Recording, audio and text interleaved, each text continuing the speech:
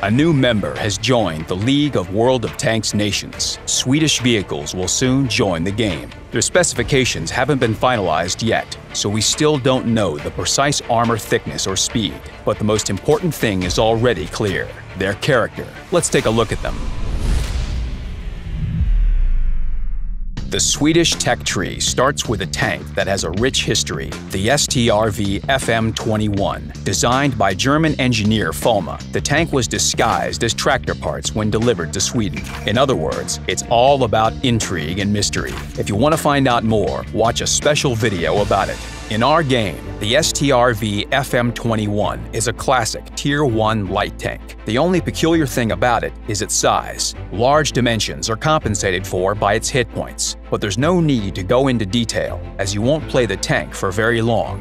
The first vehicle is followed by the STRV M38 and STRV M40L. These are decent tanks for their tier, without any visible drawbacks or outstanding strengths. Good, sturdy combat vehicles. And they already reveal some features of Swedish tanks: light armor, small dimensions, and excellent elevation and depression angles.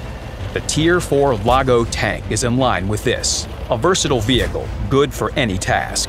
A nice improvement is its slightly better dynamics as compared to its predecessors. At Tier 5, the speed of research in the game slows down, and players have time to feel what their tank is like. There are many interesting vehicles of different nations at this tier. Some are preserved in the garage forever. The Swedish STRV M42 has every chance of becoming a mainstay. Its mobility, speed, and firepower are ordinary. What make it extraordinary are the elevation and depression angles. With 15 degrees of gun depression, the tank can fire while hiding almost its entire hull behind the terrain. All in all, the STRV M42 is on a par with the best medium tanks at its tier. At Tier 6, players will face a challenge. They will have to rethink the tactics they are used to when playing the M42.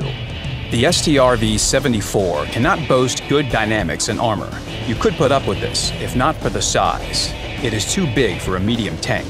You hit, you penetrate. That's the kind of vehicle it is. As compensation for all these troubles, the tank received one of the most convenient guns in its tier. The gun features top-notch penetration capability and accuracy. It is convenient for firing at long range, and depression angle is also 15 degrees. This helps you hide this tall tank in terrain. In terms of gameplay, the STRV-74 resembles a tank destroyer.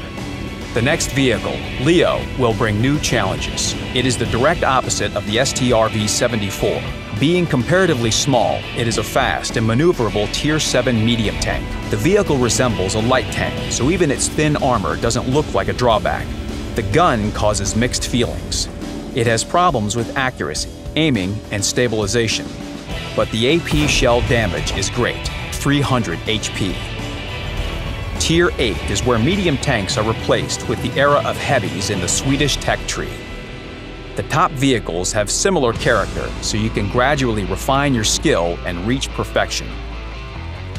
In different periods, Swedish tank designers drew inspiration from different sources, first from the Germans, then from the Czechs. There was a period when they were keen on French ideas, like that of the oscillating turret, and this is apparent in the Tier 8, 9, and 10 tanks. Emil 1, the Tier 8 tank. It's like the AMX 5100.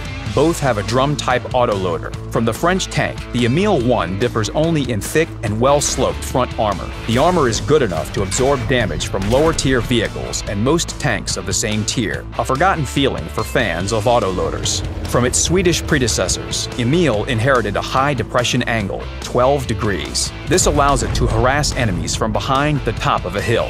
The AMX is faster, both in how it moves and maneuvers, and in how it fires and reloads. The French tank has higher potential damage per drum, coupled with higher penetration capability.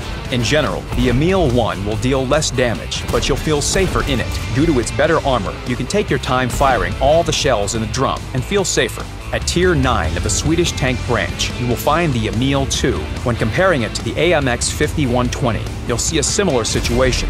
The Scandinavian tank is ahead in terms of armor, elevation, and depression angles and size. It's a little smaller. The AMX has better armor penetration and dynamics.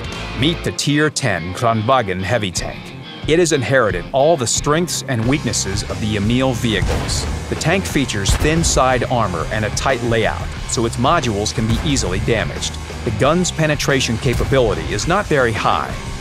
There must be something to compensate for drawbacks like this. The Kranvagen's key strength is a combination of a well-armored turret and superb gun depression angles. And this determines your playstyle. Hide your hull and empty the drum. Your armor is good enough to do this without too much haste. If necessary, you can always change position.